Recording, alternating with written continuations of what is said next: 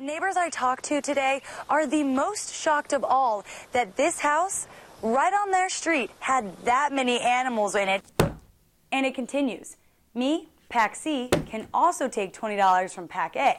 This means instead of a cause only getting $20, it gets $60. Bullying happens everywhere. Today, Booneville's superintendent is not only concerned as an administrator, but also as a parent. One MU law professor says this will make it harder for voters to see who's behind the curtain.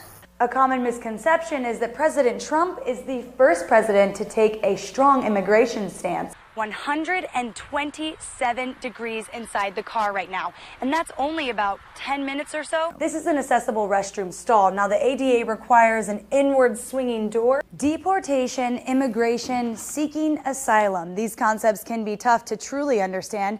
Now, I'll be here waiting for the verdict, so stay tuned on Twitter for up-to-date notifications.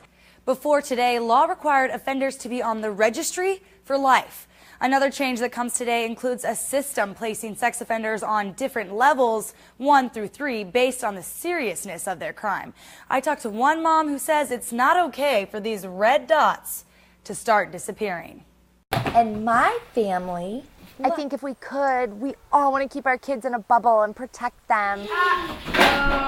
Molly MYER tries to keep her children out of harm's way. But the flip side of that is we can't, this is part of the world we live in. And so she thinks a sex offender shouldn't be able to wipe away the past and petition for removal from the state registry. Changes that started today. Man, I love to give people the benefit of the doubt, and we all make mistakes.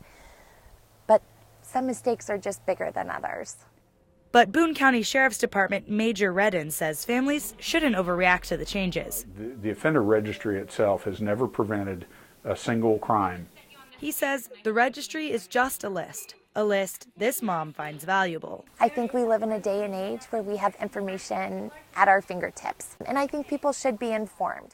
REDDIN also says the process to get removed won't be easy or fast. But the court has to order it.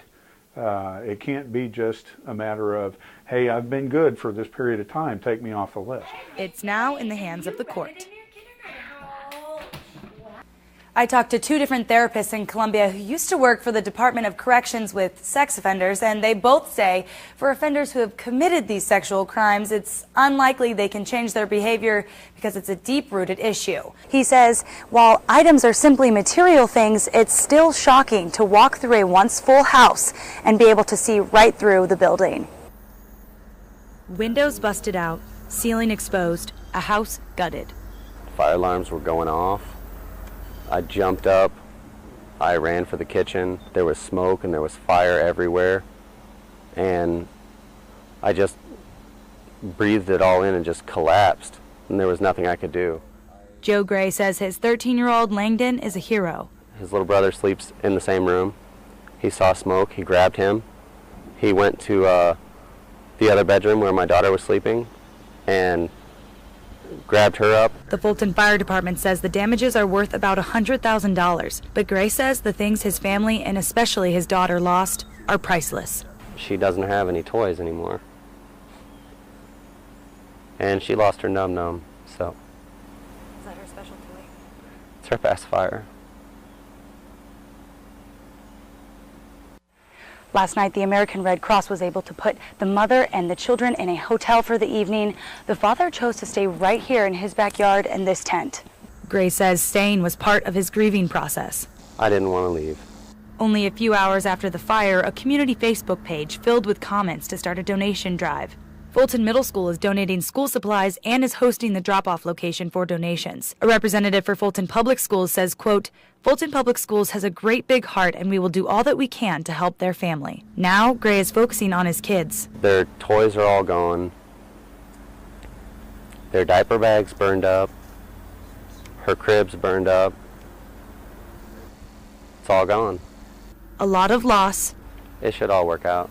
But plenty of hope. Monica Harkins, KOMU 8 News, Fulton. 10-year-old Nathan Shelp and 3-year-old Lily don't miss a beat, despite genetic disorders that come with cognitive and speech delays. Some of Nathan and Lily's symptoms are similar to autism, but neither qualify for Missouri's autism insurance mandate. And it was very frustrating because Nathan didn't qualify for that because he didn't have autism, even though he needed the exact same services as the kids with autism. And so for years, I just wished I could do something. But now Nathan's mother, Robin, is joining forces with other moms to make lasting change. So I finally kind of joined up with Robin and others because I feel like it's so important to advocate, not just for Lily, but for all of these kids who are left out, which is about 50% of the children with disabilities in Missouri. For the past 2 years, Shelp has gone to the Missouri State Capitol to try and get this autism insurance mandate revised to include all individuals with disabilities. And I would go into every legislator's office, and the first question they would ask is, well, who are you with? And I was like, well, I'm with my kids. And I knew what their question was, but I didn't have an answer because I was just a mom. No more just a mom. Shelp is now a bona fide lobbyist with a whole group of women determined to empower people with disabilities. Monica Harkins, KOMU 8 News, Columbia.